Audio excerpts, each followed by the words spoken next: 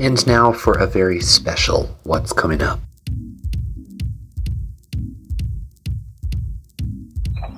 Happy spring break! While everybody is gone from the church and school, there's still a lot happening. Here is what's going on at the Church and School of St. Mary.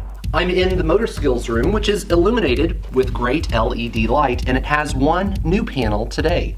This panel has above it a battery backup, and that provides power to the light in the case of a power outage.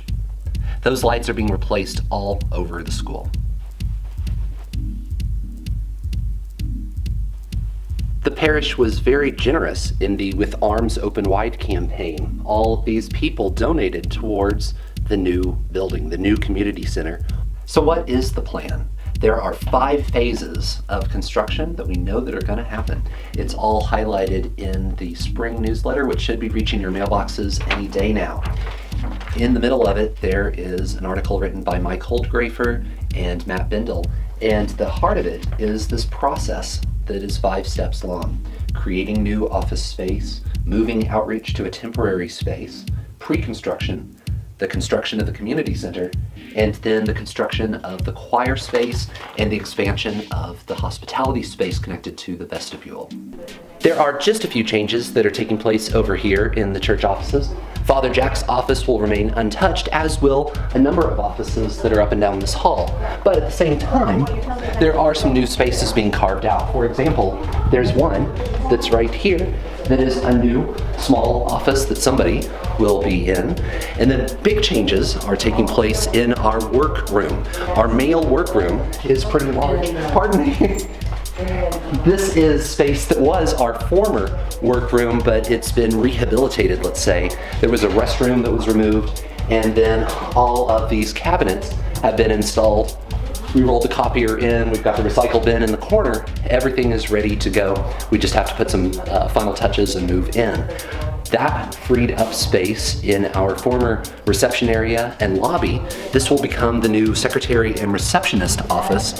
And we've got the walls up and countertops just came in yesterday. There's big drawers and everything that you need. And then finally, in the back, that is going to be the business office. Father Zui has an office, or the associate pastor's office is right here. This office is fairly large, and it's going to be split into 2. There will be another door put in, and this will be somebody's office. These new faith formation offices sit in the room that was formerly the St. Joseph room. There is space for Esther and Valerie and Blake back here, and then where I'm standing is going to be a conference room table and a lot of setup for collaborative ministry. There's also a great workspace that will be here that will be commonly shared by all the people in the faith formation departments. So I'm here in the annex, which houses 2 groups of people. There are office employees, and then there's the great outreach ministry. Deacon Rich offices right here, and then we have outreach territory. This is a volunteer office right here. And then we move into some of the counseling rooms, the waiting room, and Jackie Fesco's office. Her office is right there. And then we move back into kind of the ministerial departments. This is Blake Lawson's office. Valerie Howard offices in here. This is a dual office. This is both Sharon Hanish and Karen Hiller's office. Let's take a look.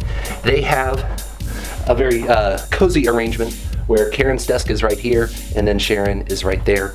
Then across the way is Lyndon Meyer. His music office is here. And then finally, coming back around the corner, we have a shared office of Jake Zoki and Esther Lustineau.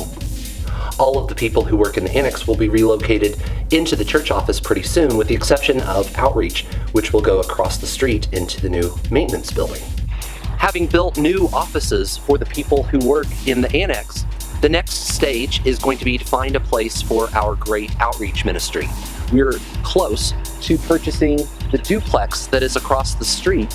We will demolish that, put up a permanent building that will eventually be good for storage of some of our trucks, some of the Acts trailers and things. That will benefit us immediately because we'll get more parking spaces in the main parking lot. But temporarily, that new building will be used to house outreach. There will be an office, restrooms, some of the basic things that will be needed for outreach to get by while this site is being prepared for construction. Construction will be the most exciting phase because this whole site will be prepped and then foundations poured, a superstructure built, and I will keep you up to date on a daily basis as progress is made on the new building. This will be super exciting. The new choir space will fit right here in this green space. It's going to be filled in and equipped with everything that the choir needs for practice on a regular basis.